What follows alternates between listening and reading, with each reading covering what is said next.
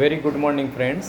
સીડી Pachchikar homeopathy medical કોલેજમાંથી આ એક કેસ એવી છે જે ગુજરાતમાં ઘણા બધા માણસોને સ્પેશિયલી ભાઈઓ બહેનોની થાય છે.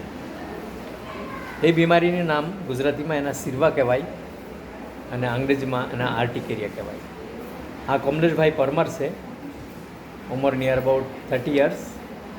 એના લગભગ 10 વર્ષની આ બીમારી ચાલતું હતું અને ઘણી બધા દવા, અંગ્રેજી દવા સાથે આયુર્વેદિક સાથે કોઈ બીજું કોઈ દવા, એના સાથે ઇન્જેક્શન બધું મારીને થાકી ગયેલું.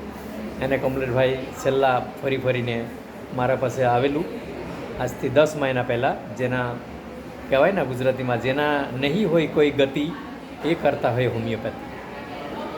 કમલેશભાઈ, હવે તમે તમારી મત આપો, તમારું કેવી રીતે હવે કેવું છે, કેટલા સારું છે, ક્યારથી ચાલુ થાય એ બધા જરાક મને વર્ણન કરો.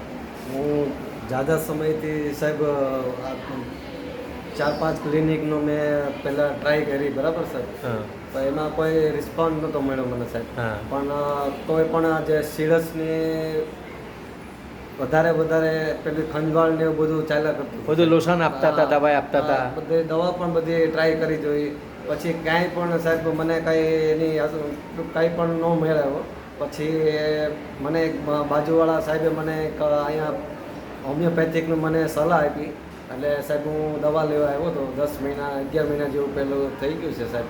અત્યારે મને બહુ રાહત છે. ઘણા સમયથી આ બધું થયો નથી. હા, અને એ પણ તમે છેલ્લા 2-2.5 મહિના પહેલાં દવાઈ લઈને આવેલી, એટલે 10 મહિનામાં કદાચ 10 વાર દવા લીધો હશે. બાય ધ વે, હા, 10 મહિનામાં 10 વાર મેં દવા લીધી, પણ અત્યારે પરફેક્ટ રિઝલ્ટ છે. અત્યારે કોઈ છે. આજે છેલ્લા ડોઝ આપી દીધું. જો આ ભાઈનું જો કોન્સ્ટિટ્યુશન હતું ક્લાસિકલ હોમિયોપેથી પ્રમાણે, હું એના ટીવરક્લિનામ બોવિનામ દવા એના પ્રેસ્ક્રિપ્શન કરેલું. પહેલાં એના 200માં, પછી ઓનેમમાં, ત્યાર પછી 10 એમ, અને આજે લાસ્ટ ડોઝ 50 એમ આપીને હું એના અલવિદા કહું છું.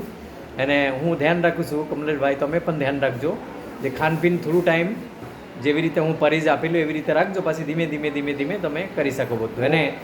એને એક વસ્તુ, એને છે ને મેઇન વસ્તુ શું છે, જે શરીરની અંદર કોઈ પણ જ્યારે આપણે કહીએ ને રોગ પ્રતિકારક શક્તિ ડેમેજ થાય ત્યારે આ બધું બીમારી આવે. એટલે રોગ પ્રતિકારક શક્તિ મીન્સ વાઇટલ ફોર્સ તમારી ડેમેજ ના થાય એના માટે તમે ખ્યાલ રાખજો, કાળજી રાખજો. દવા જેવી રીતે આ છેલ્લા ડોઝ છે જેવી રીતે કીધી એવી રીતે તમે લેજો.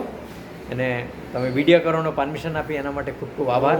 સાહેબ, મનોજ સાહેબનો સર હું ખૂબ આભાર માનું છું કે સાહેબ બધે દવા લઈ રહી પણ તો પણ મને કંઈ ફેર ન પડ્યો. છેલ્લે મનોજ સાહેબને અહીંયા હોમિયોપેથિકમાં સાહેબ હું દવા લેવા આવ્યો હતો, એમાં મને એટલો રિઝલ્ટ મળ્યું છે. હું મનોજ સરનો દિલથી ખૂબ આભાર માનું છું. તમને પણ ખૂબ આભાર, ખૂબ અભિનંદન. આ સીડી પચ્ચીકર હોમિયોપેથિક કોલેજમાં પણ થેન્ક યુ. તમે અહીંયા આવ્યો અને કોલેજમાંથી તમારી આ બીમારી નિર્મૂલ થઈ ગઈ છે, એના માટે તમને પણ અભિનંદન. Thank you.